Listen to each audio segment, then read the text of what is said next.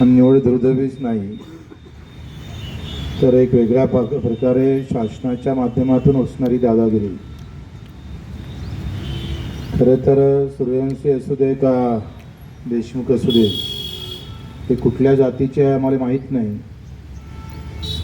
परंतु जाती धर्माच्या नावाखाली जे राजकारण करण्याचा जो काही प्रकार सुरू झाला त्याचा एक हा खरं तर एक मोठं उदाहरण आहे. धर्म आणि जातीच्या नावाखाली सगळं जाळ लपता येतं, इव्हन सत्ता मिळवता येतं, आणि त्या सत्तेतून पुन्हा दादागिरीतून पुन्हा आपण पाहतो का प्रशासकीय दादागिरी आणि मग रस्त्यावरचे गुंडागर्दी, असं आपण एकंदरीत चित्र इथं उभं झालेलं दिसतं.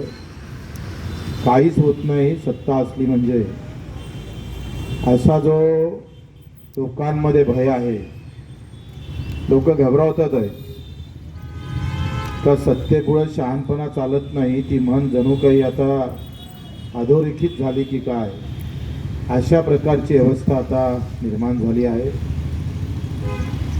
त्याच्या विरोधात किती आवाज उभे राहील, किती लोक उभे राहील, किती जण टिकणं हा नंतरचा भाग आहे. पण जेवढे राहील तेवढे खऱ्या अर्थानं राहणं गरजेचं आहे.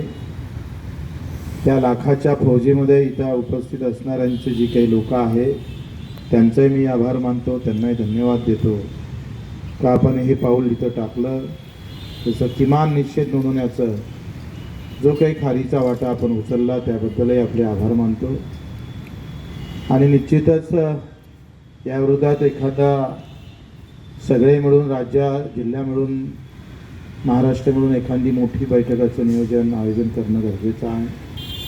त्यासाठी सुद्धा पावलं उचलली पाहिजे असं सुद्धा मी माझ्याकडूनही प्रयत्न करतो आहे. निवळ भाषण करून चालणार नाही, तर जशाच तसे उत्तर देण्याची पण तयारी असणं गरजेचं आहे. त्यासुद्धासाठी आपण कसं एकत्र होता येईल त्याचाही प्रयत्न करू. मी आपल्या भावनेशी या घटनेचा निषेध करून आपल्या भावनेसोबत पुन्हा ताकदीनं उभं राहण्याची तयारी दर्शवतो. आणि आपल्या श्रद्धांजली आणि निषेध दोन्ही गोष्टी आहेत. आता श्रद्धांजली भाषण देऊन होणार नाही.